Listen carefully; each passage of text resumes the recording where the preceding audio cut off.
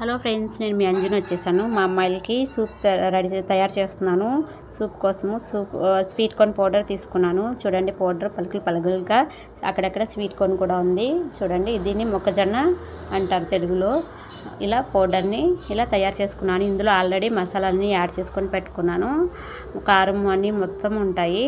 ఇలా పౌడర్ని తీసుకున్నాను అనమాట. ఇలా వాటర్ బాగా బాయిల్ అవుతున్నాయి.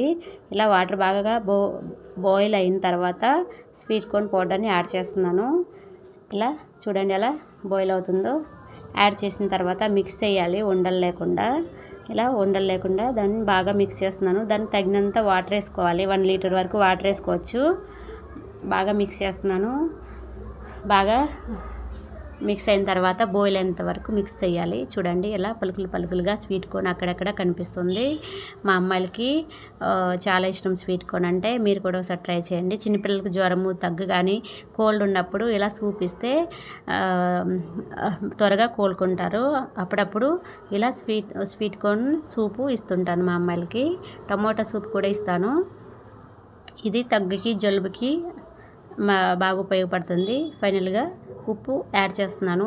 ఆల్రెడీ అందులో కారం అన్ని మసాలాలు ఉన్నాయి కాబట్టి కొంచెం ఉప్పు యాడ్ చేసుకోవాలి. ఇలా ఉప్పు యాడ్ చేసుకొని మొత్తం కలుపుకోవాలి.